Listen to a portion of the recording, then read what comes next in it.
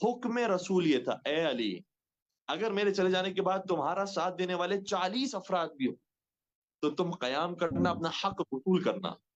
लेकिन क्या कह रहे अगर हैं, क्या कह रहे 40 से कम अफराद हो तो मेरा हुक्म यह है कि ए अली तुम्हें खामोशी इख्तियार करना। तो जिस हैं? तरीके बेशक से हुक्म खुदा की खातिर हजरत मूसा अलैहिस्सलाम अपने अजदे का सहारा नहीं लेते, इसी तरीके से हुक्म रसूल खुदा की वजह से मौला मुत्तकियान अपने जुल्फ़िकार का सहारा नहीं लेते। मौला मुत्तकियान तलवार निकाल लेते और अपना हक छीन लेते, तो क्या अली मुर्तजा पर जंगे जमल, जंगे सिफीन और जंगे नहरवान के बाद ये इल्जाम नहीं लगाया गया कि अली अपनी हुकूमत को बचाने के लिए मुसलमानों को कत्ल करते हैं? तो वो इल्जाम तो फिर उसी वक्त ही लगा दिया जाता कि अली ने अपनी हुकूमत हासिल करने के लिए देखे कितने बड़े बड़े सहाबा को कत्ल कर दिया, कितने बड़े बड़े मुसलमानों को शहीद कर दिया, और ऐसे बड़े बड़े टाइटल्स उनके लिए दिए जाते और कहते कि हजरत अली अलैहिस्सलाम नाउजुबिल्लाह फितना फसाद फैलाना चाहते थे, खूनरेजी करना चाहते थे, बस अपना इख्तिदार, अपनी उनको हुकूमत की नाउजुबिल्लाह लालच थी और उन्होंने ये काम कर दिया। फातह खैबर भी है, बद्र हुनैन भी है। क्या वो चाहते तो लोगों के पास से अपना हक नहीं वसूल कर सकते थे? सकीफा क्यों बनने दिया? जानशीनी जो है याद क्यों नहीं लाई? इसके बारे में जरा फरमाइए। इसके भी बहुत सारे असबाब हैं। सबसे पहले हम ऐसा जो तस्वुर करने वाले हैं उनके सामने एक और तस्वुर रखेंगे ताकि अंदाजा हो कि ये कोई ऐसी चीज नहीं है कि जो बहुत पहली मर्तबा हुई और अनोखी चीज है। मैं सवाल करूंगा, खुद कुरान मजीद माशाल्लाह के मुसलमान पढ़ते हैं। हजरत मूसा अलैहिस्सलाम और फिरौन का वाकया मौजूद है कुरान करीम के अंदर। हजरत मूसा अलैहिस्सलाम के पास जो असा थी वो अशदहा बन जाया करती थी, ठीक है। हम्म। और ये मौजू उन्होंने दरबार फिरौन में भी दिखाया, और ऐसा था कि जिसको देखकर सब डर गए।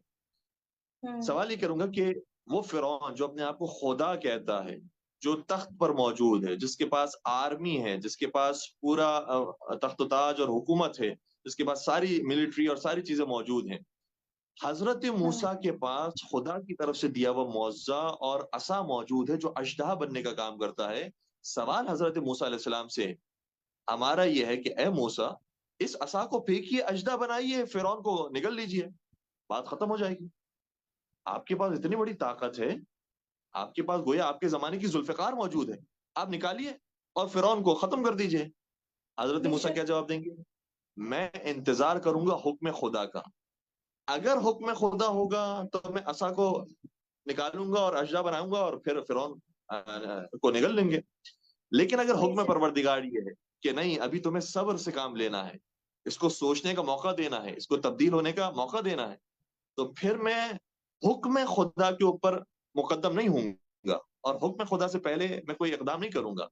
तो हजरत मूसा बेशक। अलैहिस्सलाम मौजज़ा इलाही रखने के बावजूद, असा रखने के बावजूद, फिरौन जैसा बादशाह सामने होने के बावजूद भी अपने अजदहे बेशक। को और अपने जुल्फ़िकार को इस्तेमाल नहीं करते। इसका मतलब ये हुआ क्या कि कह हुक्म खुदा का इंतजार किया जाता है। इसी तरीके से क्या रसूल कह अकरम की हम जिंदगी देखें, मक्का के अंदर उन्हें बहुत ज्यादा सख्तियां देखना पड़ी। हत्ता जनाब अम्मार यासिर की वालदा का वाकया हमारे यहाँ कम बयान किया जाता है, लेकिन वाकईन वो बहुत ज्यादा फची तरीन वाकया है कि जिसमें हजरत अम्मार यासिर की वालदा को बहुत बुरे तरीके से बेदर्दी के साथ मक्का के सरजमीन पर शहीद किया जाता है। और ऐसे ऐसे अल्फाज उसके अंदर इस्तेमाल हुए हैं कि जो मैं अपनी जबान पर नहीं ला सकता, कितने दर्दनाक तरीके से उनकी शहादत वाकई होती है और रसूल खुदा मक्का के अंदर मौजूद हैं, ये वाकया देख रहे हैं। तो क्या रसूल खुदा के पास ताकत कम थी मौला अली से? यकीनन हमारा हम्म। अकीदा ये है कि मौला अली से ज्यादा शुजा थे रसूल खुदा। रसूल खुदा के पास बेशक। ज्यादा ताकत थी, रसूल के खुदा के पास ज्यादा कुदरत और ज्यादा पावर मौजूद थी।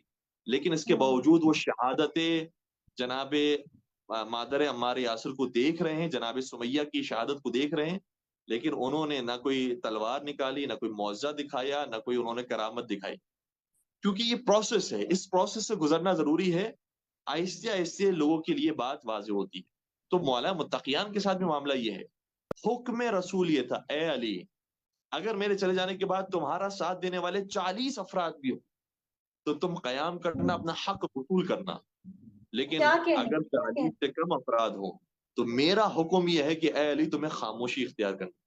तो जिस तरीके बेशक। से हुक्म खुदा की खातिर हजरत मूसा अलैहिस्सलाम अपने अजदहे का सहारा नहीं लेते, इसी तरीके से हुक्म रसूल खुदा की वजह से मौला मुत्तकियान अपने जुल्फ़िकार का सहारा नहीं लेते। तो क्या हुक्म कह रहे हैं, क्या रसूल कह रहे हैं?